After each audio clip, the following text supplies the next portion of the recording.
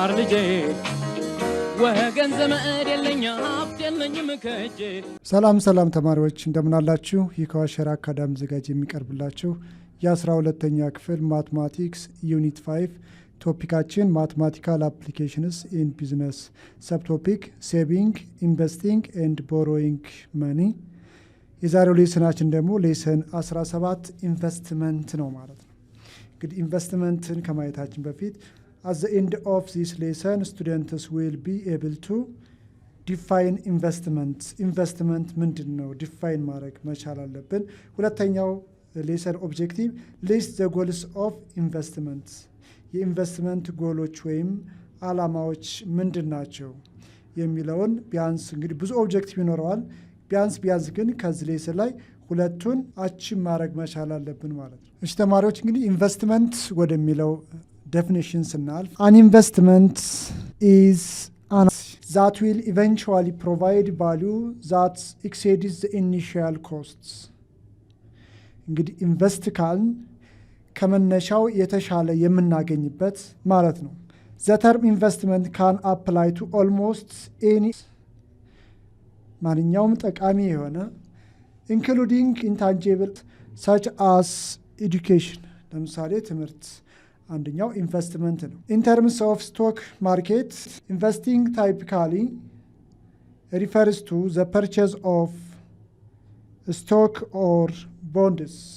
Thus securities are designed to provide an investor with future value that will exceed their initial costs. እንግዲህ ከመነሻ ኮስቱ የተሻለ የምናገኝበት ምን ይባላል? ያ ኢንቨስትመንት እንለዋለን ማለት ነው። this could be because of ለምንድን ነው የተሻለ የምንችለው a change in market conditions እንግዲህ በአንድ ገበያ ላይ የተሻለ ነገር ማግኘት።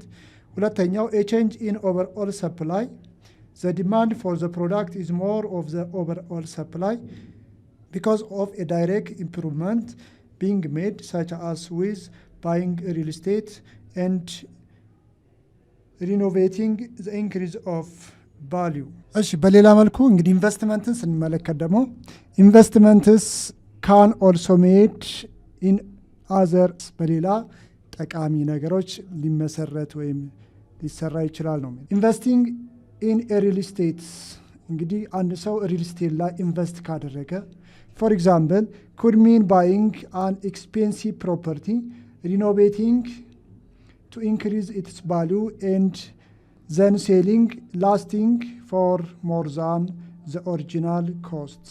ስለዚህ አንድ ኢንቨስት ያደረገ ሰው አንድ ሪል ስቴት ቢገዛና ከተወሰነ ጊዜ በኋላ አትርፎ የሚሸጥ ከሆነ ያ ምንድን ነው ወይም ዋጋው ከኦሪጂናል ኮስቱ የተሻለ ከሆነ ይሄ ምንድን እንለዋለን? ኢንቨስትመንት ልንለው እንችላለን ማለት ነው። ኦኬ እንግዲህ ኢንቨስትመንት ካልን ምን አለ? ኢንቨስተር አለ ማለት ነው። ኢንቨስተር ማለት is a person or organization that puts money እንግዲህ ኢንቨስትመንት ማለት ገንዘብ የምናስቀምጥበት ከሆነ ኢንቨስተር ካልን ደግሞ ገንዘብ አስቀማጩ በዛ ነገር ላይ ማለት ነው። ኢንቨስተር is a person or organization that puts money into a financial schemes property etc with the expectation of achieving a profit or to get advantage እንግዲህ የተሻለ ነገር የሚያገኝ ወይም አቺቭ የሚያደርግ ከሆነ ያ ምን ይባላል? ኢንቨስተር ልንለው እንችላለን ማለት ነው።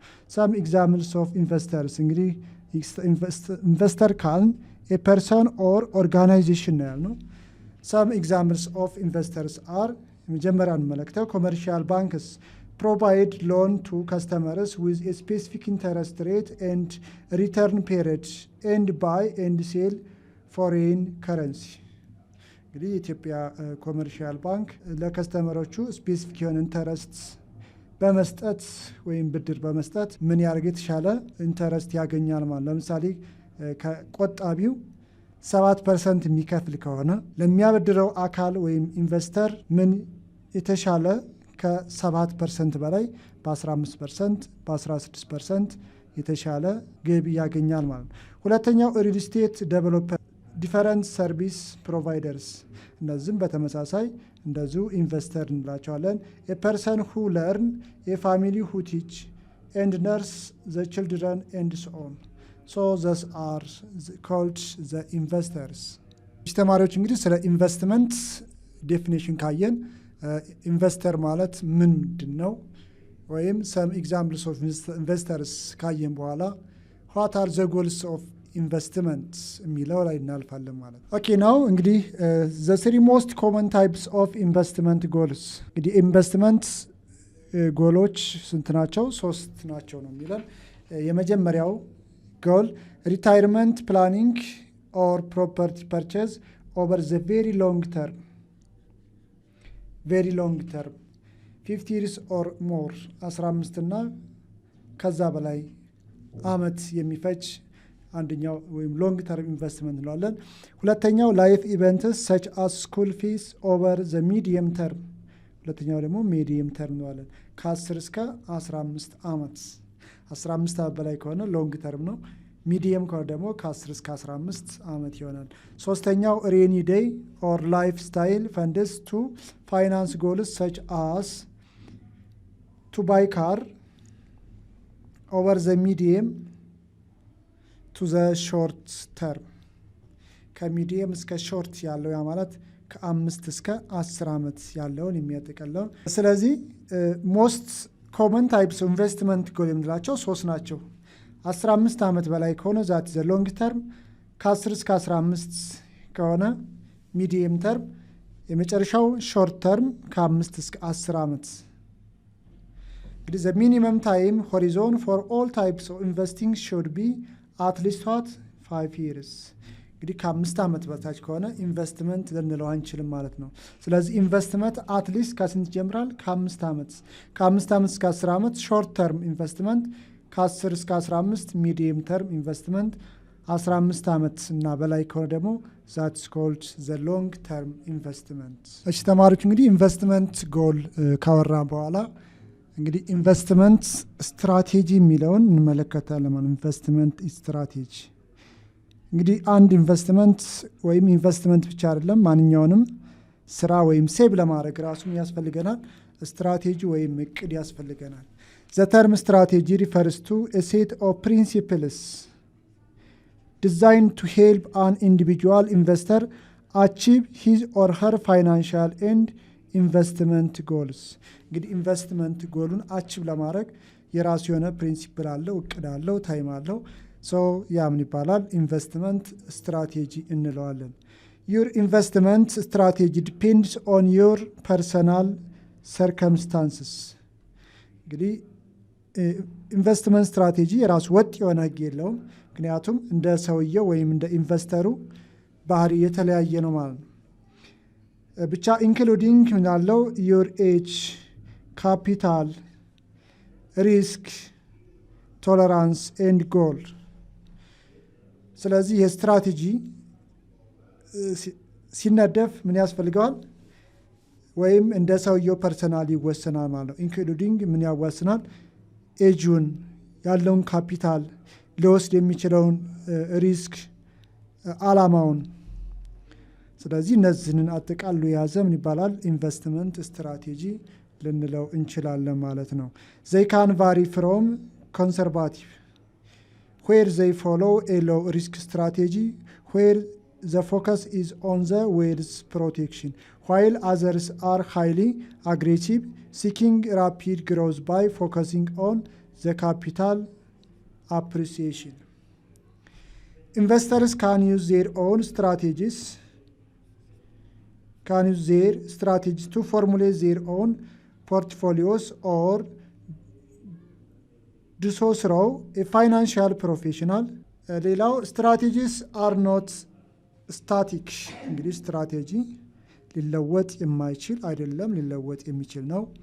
ያ ማለት which they means need to reviewed periodically as circumstances ቼንጅ እንደ አስፈላጊነቱ ሪቫይዝ ሊደረግ ይችላል። አኮርዲንግ ቱ ካፒታል ሊሆን ይችላል፣ ሪስክ ቶለራንስ ሊሆን ይችላል፣ ከጎሉ አንሳር ሊሆን ይችላል። ስለዚህ ፋይናንሽያል ስትራቴጂ ሪቫይዝ ልናደርገው የምንችል ነው ማለት ነው። እሺ ተማሪዎች እንግዲህ ለዚህ ሌሰናችን ወደ ሌላው ሰብ ቶፒክ ስንገባ ደግሞ ታይፕስ ኦፍ ኢንቨስትመንት የኢንቨስትመንት አይነቶችን ለማየት እንሞክራለን። There are many types of investments on the market from stocks, bonds to mutual funds. እንግዲህ የመጀመሪያው types of investment ምን እንለዋለን? ስቶክ ማለት አክሲዮን ማለት ነው። Buying a stock is like buying a small fraction of a company. እንግዲህ አንድ አክሲዮን መግዛት ማለት small fraction of company የአንድ ካምፓኒ ፍራክሽን ነው የሚለን። It uses your money to fund the business and you get enjoy a portion of the profits. እንግዲህ አንድ አክሲዮን ስንገዛ የዛ ካምፓኒ አባል ሆን ስለዚህ ምን ሆናለን? ትርፋማና ኢንጆይ ልናደርግበት እንችላለን ነው። ኦነርሺፕ ኦፍ ስቶክ እንግዲህ አክሲዮን ባለቤት ኢንታይትልስ ሼርሆልደርስ ቱ 4 ቤዚክ ራይትስ። እንግዲህ አንድ የአክሲዮን ኦነርሺፕ ወይም ባለቤት 4 ራይት አሉ ነው የሚለው። አንለስ ኤ ስፔሲፊክ ራይት ኢዝ ዊዝሄልድ ባይ አግሪመንት ዊዝ ዘ ሼርሆልደርስ። የመጀመሪያው ምንድን ነው? ቮትስ። ስለዚህ እነዚህ አራቱ ኦነርሺፕ ኦፍ ስቶክ የምንላቸው የመጀመሪያው ነው።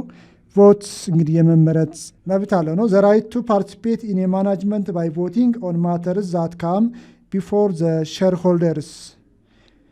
ሼርሆልደር ጌትስ 1 ቮት ፎር ኢች ሼር ኦፍ ስቶክ ኦውንድ። ለእያንዳንዱ ወይም አንዱ ላይ የመሳተፍ መብት አለው። ሁለተኛው ዲቫይደንድስ የመካፈል the right to receive a proportionate part of any dividend. Each share of stock is a particular class receives an equal dividend. ስለዚህ ያለውን የሚገኘውን ትርፍ በሙሉ የመካፈል መብት አለ። ሶስተኛው የኦነርሺፕ ኦፍ ስቶክ መብቱ ምንድነው? ሊኩዊዴሽን ነው የሚለው የመከፈል መብት። the right to receive a proportionate share of any assets remaining after the corporation pays its liabilities in liquidation. Liquidation means to go out business. እንግዲህ ከቢዝነሱ መውጣት ከፈለገ ተካፍሎ የመውጣት መብት አለው ነው። see the assets, pay all liabilities and distribute any remaining. አራተኛውና የመጨረሻው መብቱ ምን ነው የሚለው? ፕሪምፒሽን ነው የሚለው። ፕሪምፒሽን the right to maintain one's proportionate ownership in the corporation. suppose you own 5% of corporation stock. እንግዲህ 5%ን ወስዶ ከሆነ if the corporation issue 100,000 new shares አዲስ ሌላ ሸሮች ቢያወጣ it must offer you opportunity to buy 5%. እንግዲህ የ100,000 5% 5 ሲሆን of the new shares. This rights called preemptive rights is usually withheld from the. እሺ ተማሪዎች ወደ ሁለተኛው ታይፕ ኦፍ ኢንቨስትመንት ስናልፍ ሁለተኛው የኢንቨስትመንት አይነት ቦንድ ነው። ቦንድ ኦር ዲቤት ኢንስትሩመንትስ. Buying bond is like having company like out of loan from you. It will pay you interest on the principal as well as the full amount later on. እንግዲህ አንድ ቦንድ ገዛን ማለት ከተወሰነ አመታት ወይም ኢንተርቫል በኋላ ፉል አማውንቱን ከነ ኢንተረስቱ ይከፍለናል። ስለዚህ ምንድነው ይሄ ሁለተኛው ኢንቨስትመንት አይነት ነው። ለምሳሌ የኢትዮጵያ ህዳሴ ግድብ the GERD bond. Here investors are anyone who buy bonds, borrow, issue of bond in Ethiopia government. እንግዲህ አንድ ቦሮ እንደመቀበል ነው የሚለው። Before proceeding any further, we need to define a certain terms that are commonly used with bonds. The issue of the bond is entirely that creates the bond as a means to borrow funds. Simply the issue is to borrow. The part value of the bond is the amount that will paid the bond's owner at maturity. This can also be called the face value of the bond እንለዋለን። A bond is said to be redeemed when The borrower pays the bond's owner its par value. For this reason, the par value is also sometimes referred to as redemption value. Normally, redemption occurs at the bond's maturity date, but when a bond is redeemed early, we say it is called bonds that may be called are said to be callable. እንግዲህ የመጨረሻው ኢንቨስትመንት አይነት ምን ይባላል? ሙቹዋል ፈንድ እንላለን። Mutual funds pull money from several investors and invest it in different classes. Each investor sees returns based on performance and the size of their initial contribution. Investors buy shares in mutual funds. Each share represents an investor's part ownership in the fund, the income it generates. XY Enterprise is a corporation with 3,000 shares. For the current quarter, the company will pay out dividends totaling ብር 37,560. እንግዲህ አጠቃላይ ስንት አለ ነው የሚባል 3000 ሼሮች አሉ። ከረንትሊ ደግሞ ወይም በኳርተሩ በአመት አንድ አራተኛው አመት ውስጥ ሊከፋፈል የሚችል 37,560 ብር አለ ለዛ ካምፓኒ ውስጥ ወይም ኢንተርፕራይዝ ውስጥ። A find the dividend per share. ለእያንዳንዱ ሼር ምን ያህል ይደርሰዋል? B if the fund owns 1,445 shares, how much will she receive?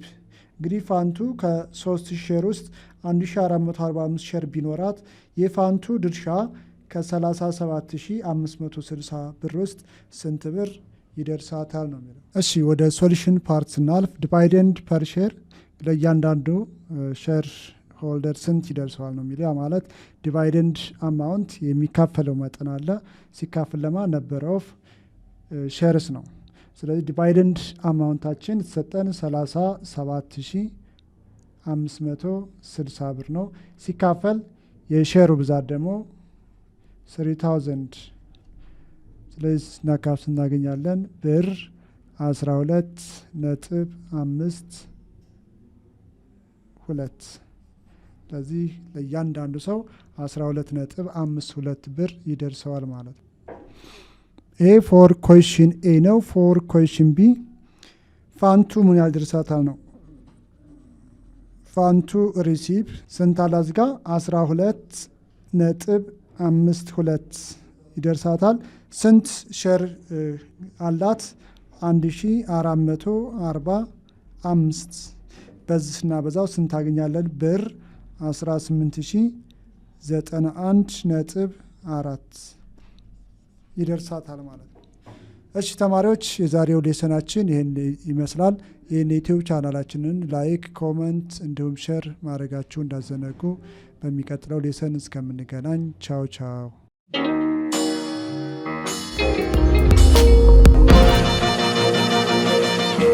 ፀሐይ ነው ላልተማረ ሰው ግን ቀኑ ጨለማ